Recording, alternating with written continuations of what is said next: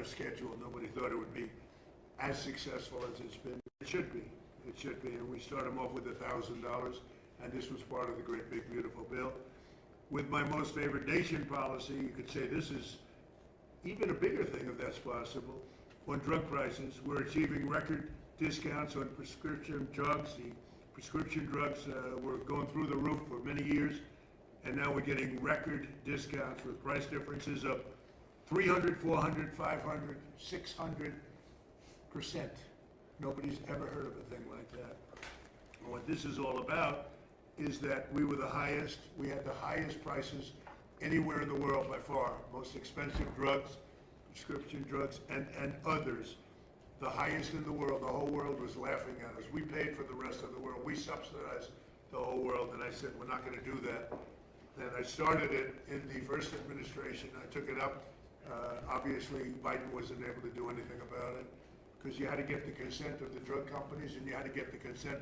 More difficult would be the consent of other nations. The other nations had to agree, but they were paying a fraction, sometimes 10%, 20%, 40%, 70% less. So I had to call them, and I had to get them on, and I said, if you don't do it, we're going to have to charge you tariffs. And they all said no at first, very politely said, sir, we can't do that. We're not going to double our prices. They had to double their prices, and in some cases triple their price, and we would come down. So a pill that sold for $10 in Germany would sell for $130 in New York. Same pill from the same company, the same factory, the same plant, same laboratory, from $10, and we pay $130. I say, no. Now the world is a bigger place, so it's not as bad as it sounds for them. So they went up to 20, and we came down to 20.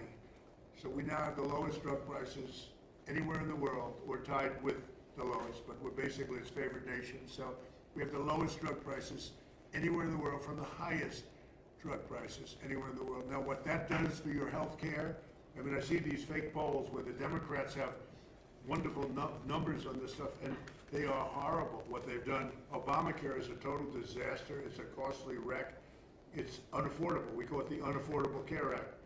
It's a disgrace. They never even thought of being able to do something like this. They didn't even try.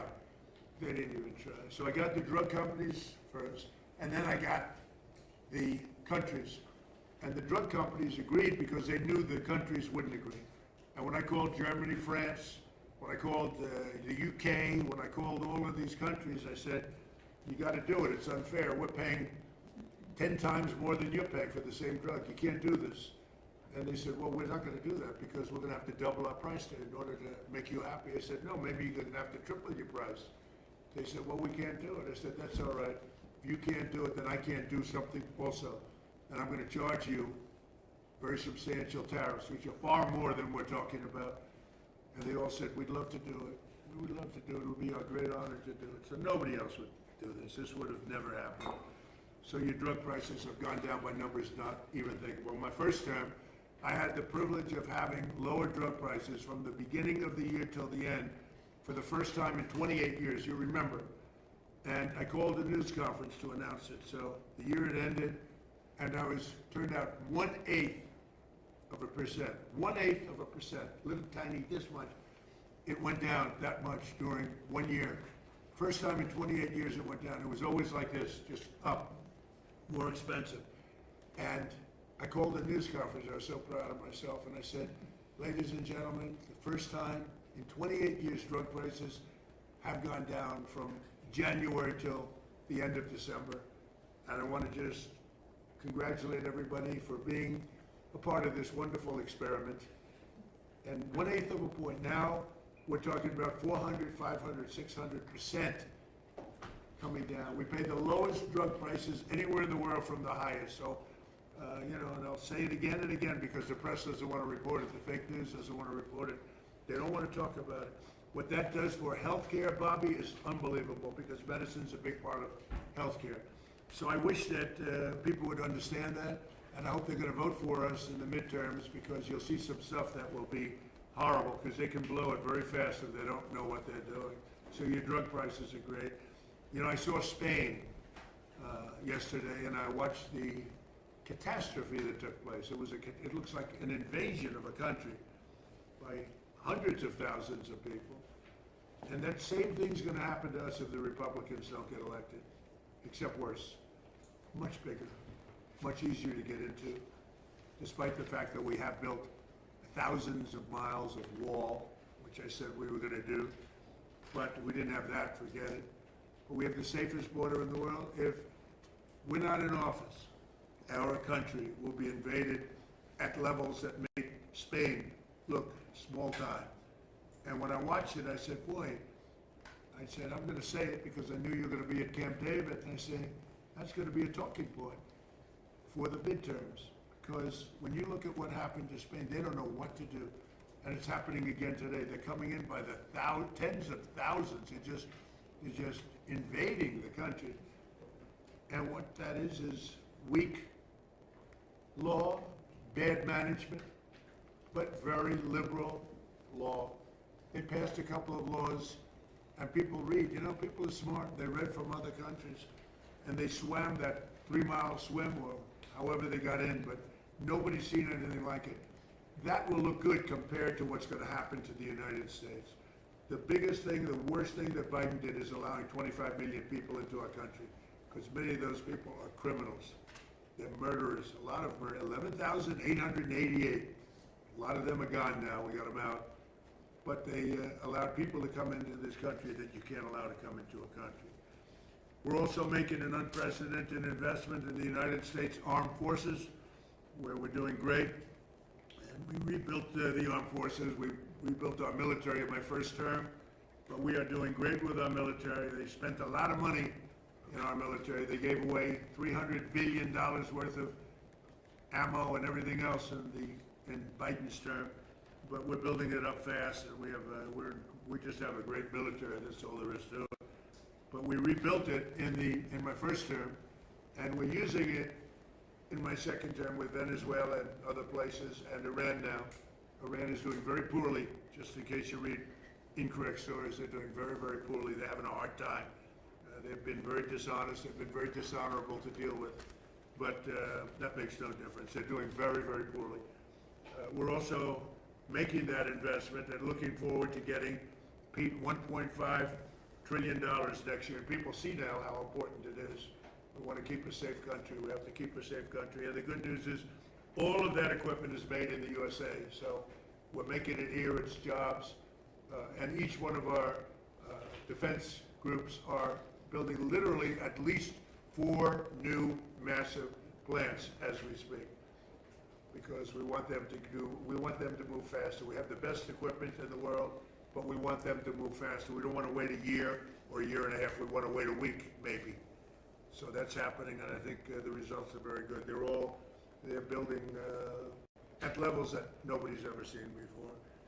And we've had tremendous success, and our military was just proud of it. Again, Venezuela was a one-day war, and we have a great relationship with Venezuela. We're working, we're partners with Venezuela now, taking out tens of millions of barrels of oil, and going to Houston, going to Alaska, going to Louisiana, going to different places for refineries, and it's been very much amazing.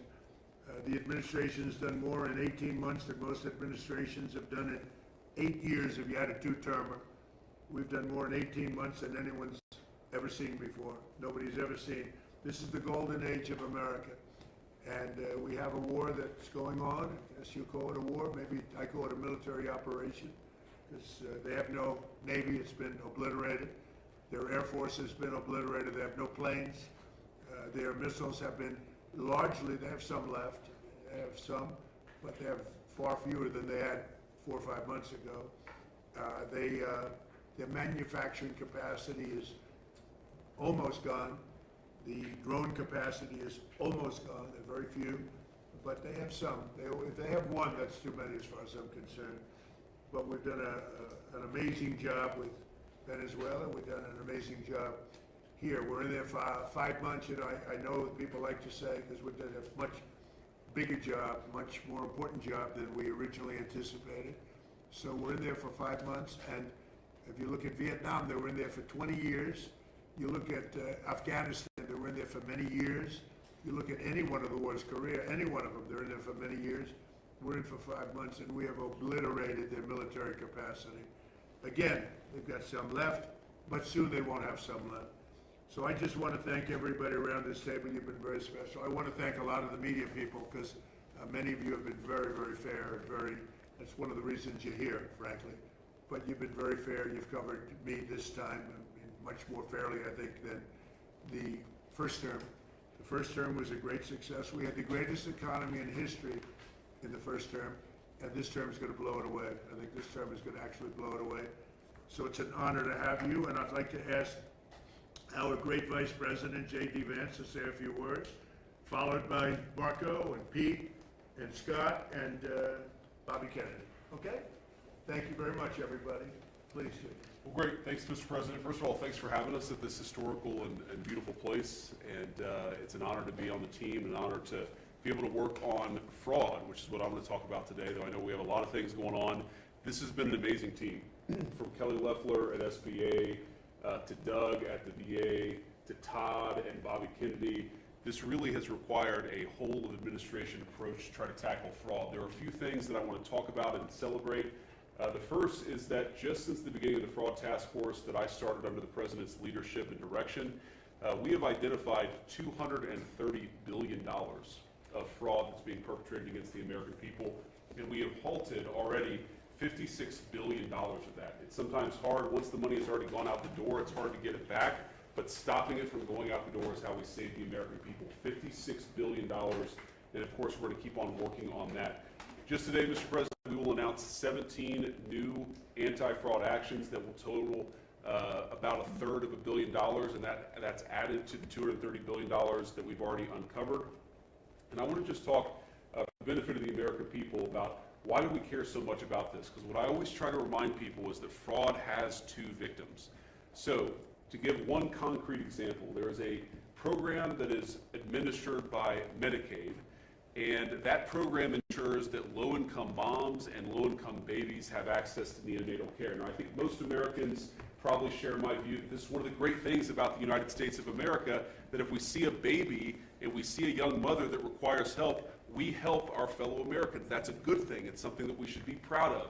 And yet, there is a program that has defrauded the moms and the babies who benefit from these. You've gotten people who've gotten rich by setting up false companies that are providing false services. So who loses in that equation?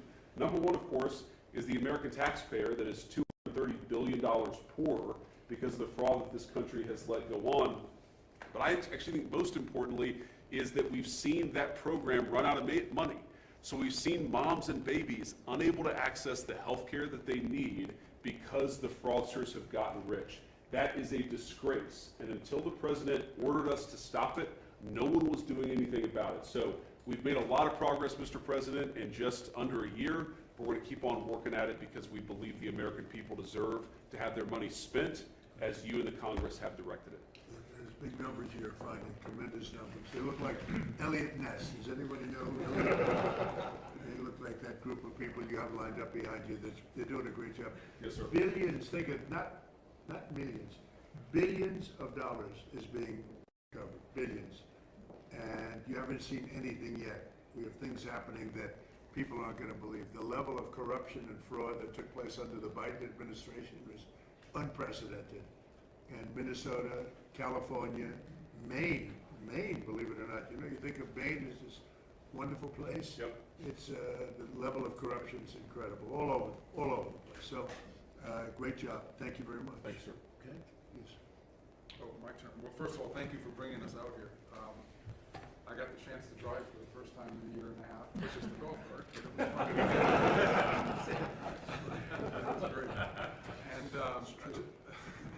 so just a couple points that we all know. We've followed in the news, obviously, the events in the Middle East, and others here can talk about that. Not that they're not important, but there's some other issues happening around the world, Mr. President, that you've shown great leadership in that have not gotten nearly as much attention. I think they deserve a mention today. The first is the International Criminal Court is an illegitimate international organization that, frankly, illegitimate. They've made themselves illegitimate because they claim that even if you're not a member of that court, they can come after you. And what that literally means in the future is that American congressmen, political leaders, and others could find themselves under indictment by this International Criminal Court. If you want to know a little bit about it, Jack Smith used to work there. These are the people that think they can go out and basically indict any world leader and haul them into The Hague. So we tried to get them to reform and listen to us. They wouldn't do it. They're very arrogant. We've now begun an effort to really try to bring that court to heel. By the way, there's no information that they're after me. It could happen. But just so you know, as she's talking about it, I'm saying that means that maybe he's not trying to defend me. He is trying to defend Bibi and various other people. But there are many people that should be looked at that way. But there is no indication that I'm one of them at this moment. That's right. Well, and I actually think the people who are in biggest danger in our system are servicemen, people in uniform. That they'll try to go out for the rest of their lives, will not be able to travel anywhere in the world with their families because they can be arrested on one of these acts. Imagine, you're a soldier, you fought in a war, and 20 years later they try to come grab you. So this is a big problem. So we've had dozens of countries already join us in this effort. Since we started 2 weeks ago, 5 countries have already quit the ICC and notified them that they're leaving, and we think there'll be more. The second thing is we had an unprecedented ministerial. 60 countries came to Washington, and we're a part of an effort where we were shedding light on far left terrorism and violence.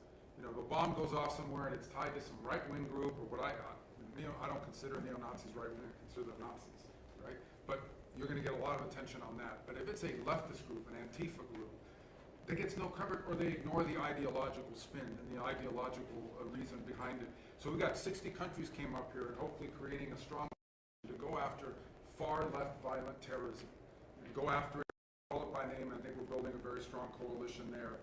We've had some successes in the Middle East, Mr. President, as you know, in the diplomatic front. The deal with Lebanon and Israel is unprecedented. President Ayoun was here a week ago. I think that was the first visit by a Lebanese president in over 30 some odd years. In fact, this is the first time the Israelis and the Lebanese government have spoken at the official level in close to 30 years. And that was thanks to your leadership. A lot of work to be done to keep that peace and build. But it's a real achievable.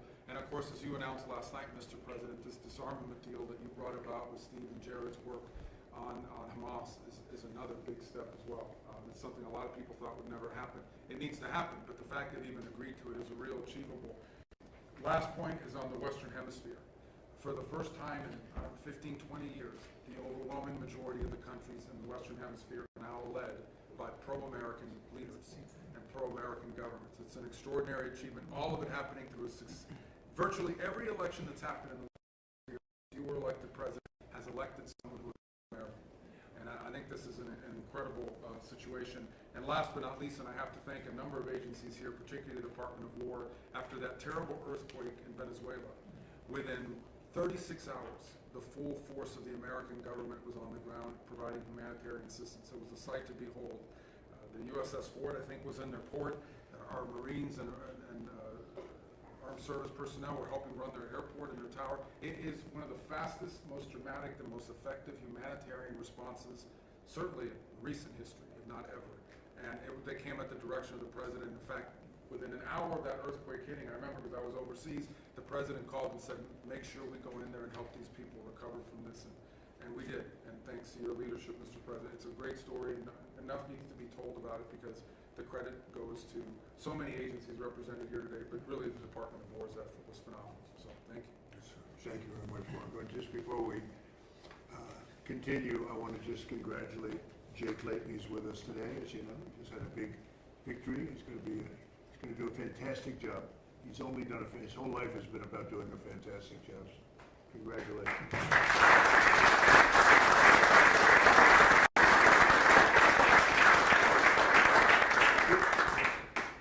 Thank you, Mr. President, for the invitation, the opportunity to be here. It's an honor for the War Department to help run this facility also, from the food to the fence line. It's an honor to have you, and it's great Americans here and all around the country and all around the world who are the core of what keep us safe. But in order to do that, you have to have a leader that's willing to put them in a position to do it. And that's my takeaway, Mr. President, is sort of 3 points. 1, it takes courage. 2, it takes restoring a spirit, which you have done. And 3rd, it takes investment, and not just an investment, but a generational investment. And I think people miss that. The courage it takes to seal the border, to say we're going to do it, and we're going to do it every single day, and we're going to do it on behalf of the American people. The courage to bomb the Houthis and say we will maintain freedom of navigation. I wonder why they're not involved in this conflict, the Houthis, even though they're a proxy of Iran, because they felt the weight of American power for 45 days, and you had the courage to do that. The courage to do midnight hammer, conclude the 12-day war by obliterating their nuclear sites. Something other presidents had the option on their table to do, but they never pulled the trigger because of the complications, because of the challenges, because of the risk. Courage. The courage to take on the cartels and drug boats, and now forming the ACCC, the America's Counter Cartel Coalition, with all those friendly governments that Marco talked about, who want to be shoulder to shoulder, not just with America, but with a bold, strong America with clear leadership. The courage to go get Maduro in the most heavily guarded house, inside the most heavily guarded fort, inside the most heavily guarded town in their capital city in the middle of the night, and change the entire dynamic of that country and that region. And the world saw what the American military was capable to do, but that doesn't happen unless a commander-in-chief says you're authorized to do it, and will take the handcuffs off when you do it to ensure that Americans come home. The courage to undertake epic fury and this Iranian regime and ensure they never have a nuclear weapon, which remains your commitment. And frankly, the courage to negotiate with people that have shown no willingness to do so honestly, with incredible negotiators who are the best in the world, and give them every opportunity to do it, give those things up peacefully. All of that takes guts. But that comes on the backs of the change in the spirit of our department. You talk about spirit all the time, and you're right to do so. When you rip out DEI, when you rip out social engineering and social justice, and you put in merit, and then you untie the hands of commanders to enforce discipline and accountability, to get back to basics, then you get historic re-enlistment inside our ranks. Our best people, Mr. President, are staying because they want to be in that kind of department. And then historic recruitment record amongst young Americans. Every month, our department breaks records. And when did that trend line start? On Election Day, 2024, when the American people said, I want to serve under this president. And that new name, the Department of War, has become the ethos, the warrior ethos of our department. Again, spirit. And I will note, the flyovers will indeed continue until morale improves. But that's also spirit. Parades, 250, flyovers, the American people seeing and feeling their military in ways they have not in the past. That's spirit. And then finally, Mr. President, a generational investment. You rebuilt the military in your first term, and you've spent in your first year $1 trillion, and now we are committed in working with Congress to get $1.5 trillion. But this is not the same way we funded our department in the past. This is a businessman in charge. This is a deputy secretary of our department who's a turnaround guy, just like the president is, saying we will not fund money, we will not fund the department the way we have in the past.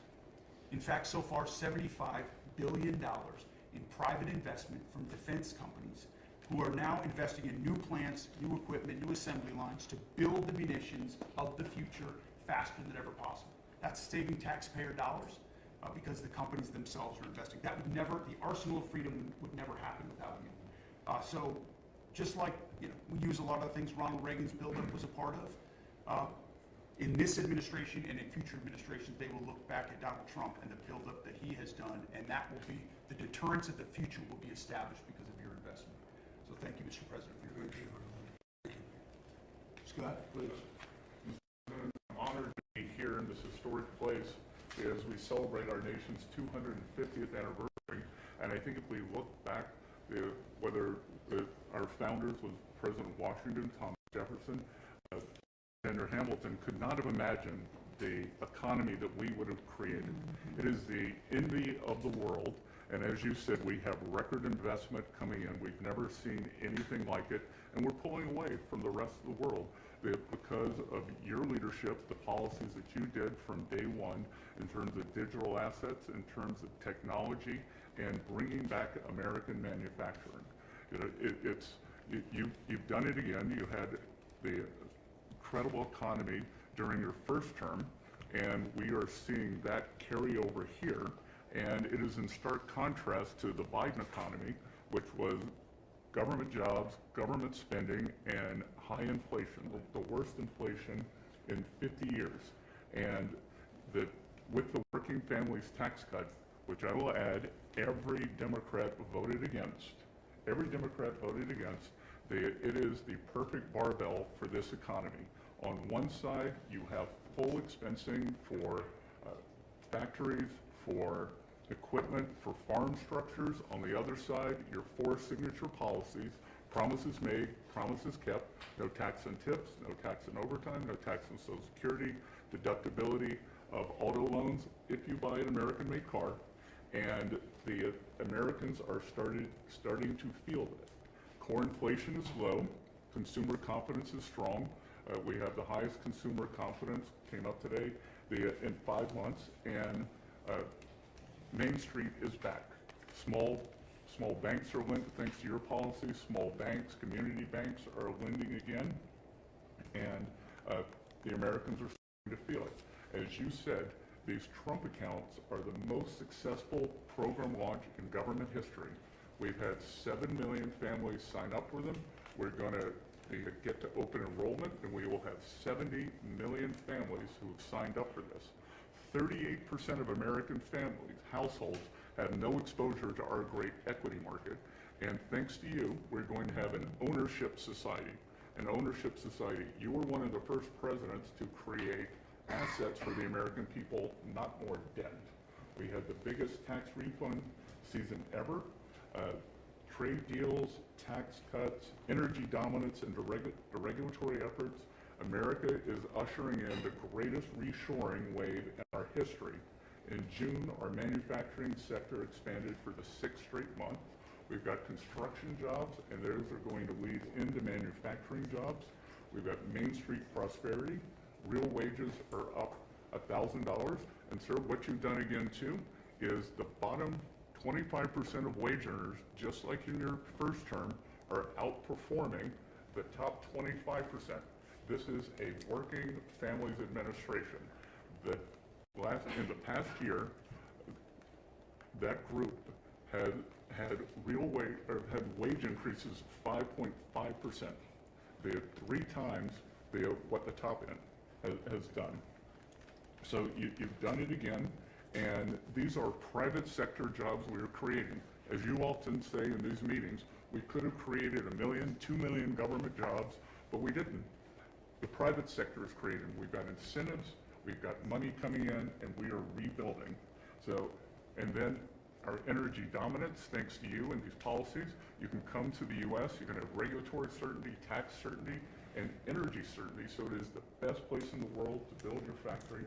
And finally, I want to add, it has been a pleasure to be a part, or a privilege to be a part of, as we've gone from epic fury to economic fury, to constrict on your orders, constrict the Iranian regimes, the financial tentacles all around the world. We started it on your orders. We started in March 2025. In December of 2025, the largest bank in Iran collapsed. The central bank had to print money, caused inflation. Now they got 180% inflation. They aren't able to pay their troops. And on your orders, we are searching for their assets all around the world, and that money will go to the Iranian people, Americans who have been harmed by the Iranians, whether the USS Cole, or the barracks in Lebanon, or it will go back to when the Iranians attacked the ships coming out. So it's been a privilege to be part of that, and I look forward to the rest of it. Thank you very much. I want to just add that today there are more people working in the United States than at any time in the history of our country. We have more people working today, and we think of that number. More people working today by far than at any time in the history of our country. So it's been something very special. Please. Thank you, Mr. President. Let me just take a moment to take note of the historical significance of this occasion. Before the press came in, you asked all the cabinet members who had been to Camp David before, and I think about 3/4 of them had. I raised my hand, but I haven't been here for 62 years. I came here on weekends, as many weekends as we could between 1961 and 1963. My father loved this place. My uncle loved this place.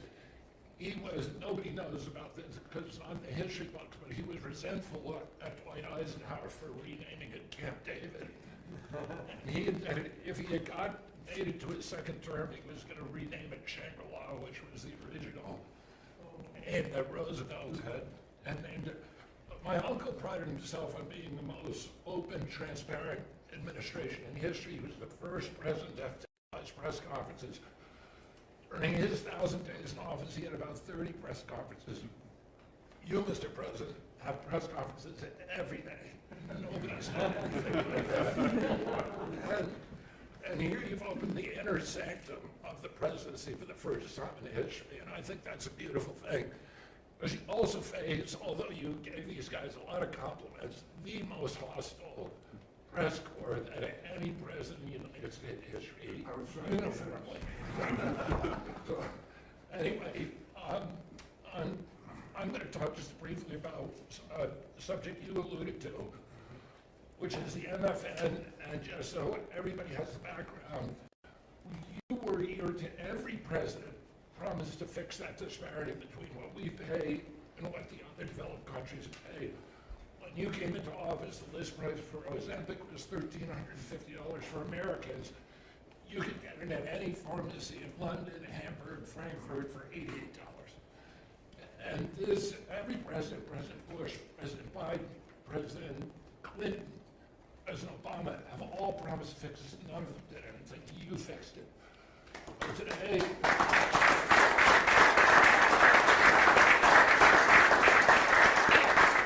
every time you leave office, assuming that's in 2028, 95% of the drugs that are available to Americans, they will be paying the lowest prices in the world. Trump RX, just in the short time that since we put it up, has saved Americans $700 million. We now have 800 drugs on there. We have deals with Amazon, with Good RX. We're adding more and more drugs every day. And I'll just give you one example. Praluent is a very popular cholesterol drug. Its list price is $522. That's what everybody's paying. We now have it on Trump RX for $237. That means that the 300,000 Americans who take that drug will be saving $3,700 a year on pharmaceuticals every year. And you can apply that across the board. This is going to change. It's making pharmaceuticals affordable, the most affordable in this country of any country in the world. So thank you, Mr. President. How are you doing on the autism research? We will have an answer for you. We just got. That's so important.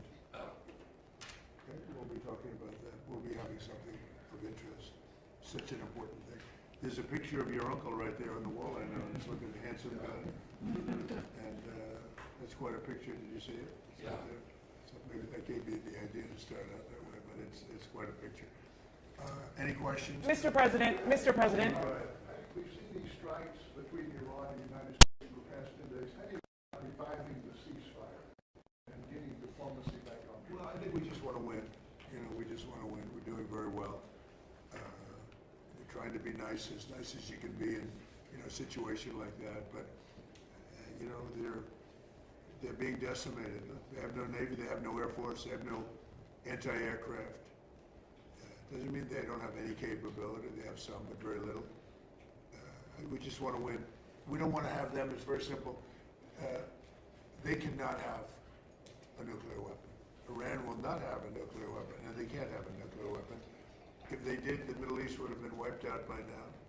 If I didn't stop the JCPOA, the Obama deal, if I didn't do that, they would have had a nuclear weapon. I believe Israel would no longer be with us in big parts of the Middle East and perhaps other countries. These people are crazy.